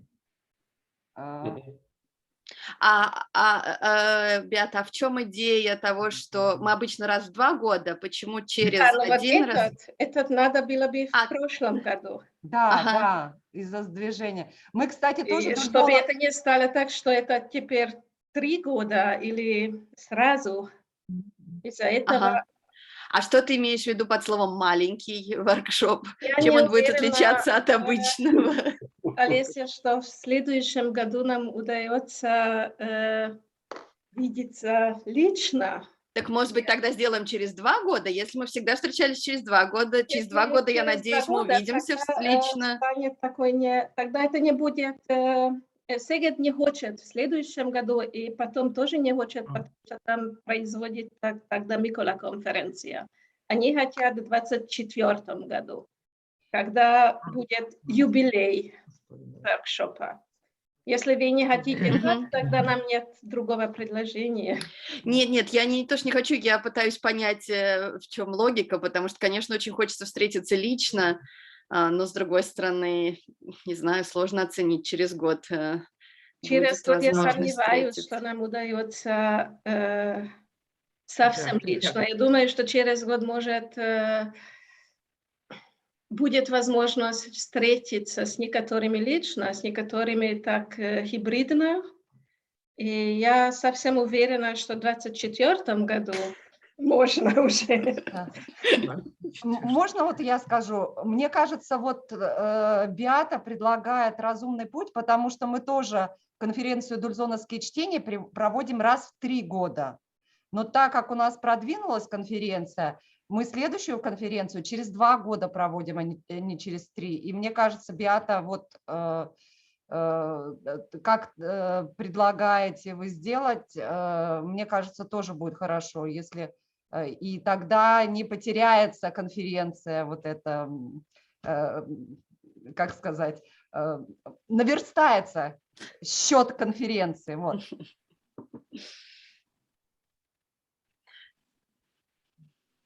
Хорошо, давайте так. Но, Беата, я правильно понимаю, что если не будет эпидемии, то вы готовы сделать обычную конференцию в Гамбурге? Да. В смысле, что не то, что у вас есть какое-то ограничение, это ты, в смысле, про внешние ограничения предсказываешь? Единственное, что я теперь не могу сказать, нормально мы попробуем всегда получать деньги, особенно для русских присутствующих, как поддержка. Я не знаю, что открыты теперь вот эти возможности. Потому что в Германии теперь стипендию или такие вещи не дают. Ну, в смысле, из-за коронавируса пока не дают. Да, из-за коронавируса. Значит, мы попробуем тогда получать некоторые деньги, например, чтобы платить коллегам из Москвы или из Томска что-то. Но я не уверена. Если ты помнишь, не знаю, ты помнишь, когда было это в Гамбурге, тогда мы получили от Thyssen-Stiftung. Нет, это был единственный раз, когда я, к сожалению, не присутствовала. У меня был совсем маленький ребенок. Да. Тогда нам дал Thyssen-Stiftung для всех, которые приезжали из России и даже из Эстонии, деньги. Но теперь это не могу гарантировать, что они дают вообще деньги. Было бы великолепно. Беата, я правильно понимаю, что речь идет про осень следующую, осень 2022 года, ты говоришь, да? Да. Осень, конечно. Скорее всего, в сентябре мы преподаем от половины октября, значит, до этого срока было бы очень хорошо. Ну, хорошо, замечательно. Тогда у нас есть план до 2024 года. Это я скажу Шандору. Давайте еще раз озвучим. Значит, Гамбург — это у нас какой год? Следующий, 22 сентября, да. Не позже, чем половина октября. Так, то есть 2022 это у нас Гамбург. Единственное еще вот такое было соображение, что в целом мы старались чередовать Россию и Европу, потому что многие люди из России могут больше возможности приехать в Россию, и наоборот, те, которые в Европе, им нужно делать визу, а тут получается 2 раза подряд Европа, но с другой стороны такой прецедент тоже был, у нас там было 2 раза подряд в России, поэтому, наверное, просто важно потом следующее будет провести в России. Я правильно написала город в чате? Я не знаю. А я не вижу ничего в чате. Я тоже не вижу. Да? Я личное сообщение пишу, извиняюсь.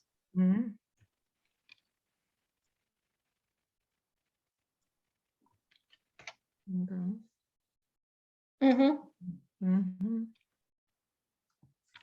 Правильно, да? Ой, извините. 2 раза Гамбург. А в 3-й раз поедем. Правильно? Да, ты правильно. В 3-й раз в Салехард. Так. Дорогие друзья, ну вот, то есть мы договорились тогда, получается, может быть, есть кто-то, кто хочет еще что-то другое или возразить, или там у нас демократия в нашем сообществе. Ну вот, тогда мы решили так пока. Так. Ну, конечно, ко всему идет, что в 26-м году хорошо в Санкт-Петербурге сделать, потому что мы тоже стараемся чередовать Сибирь и европейскую часть России. Ну вот у нас нет тут наших петербургских самоидологов, зато у нас вот Соня есть, но почти самоидолог. Да. Соня приезжала к нам на Дубсоновские лично, то есть мы вот встречались, если вы следите за Фейсбуком, то видели на фотографиях. Вот мы были очень рады, что Соня и Алина русских из Москвы вот были нашими гостями на конференции. Так, вот, ну, вот такая, я официально закрываю, официально, не знаю, как сказать по-немецки, закрытие конференции, вот. Если кто-то еще просто хочет что-то сказать уже в неофициальной части, пожалуйста, мы еще пока здесь записываем сохраняем запись, поэтому мы можем еще просто поболтать. Всем удачи. Ага. Я правильно поняла, что в 23-м году будут дульзоновские чтения? Так, подождите, 21 плюс 2, 23, да. 23. Тогда, получается, у нас на каждый год есть план встречи. 22-й Гамбург, 23-й Томск, 24-й Сегет. Да, так что все, кто самодистикой занимаются, пожалуйста, в 23-м можно еще на дульзоновских.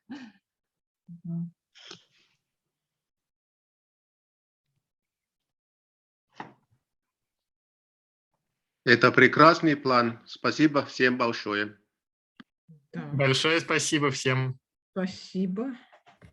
Всех было приятно видеть. Спасибо. До свидания. До свидания. До свидания. До свидания. Всего доброго. До свидания.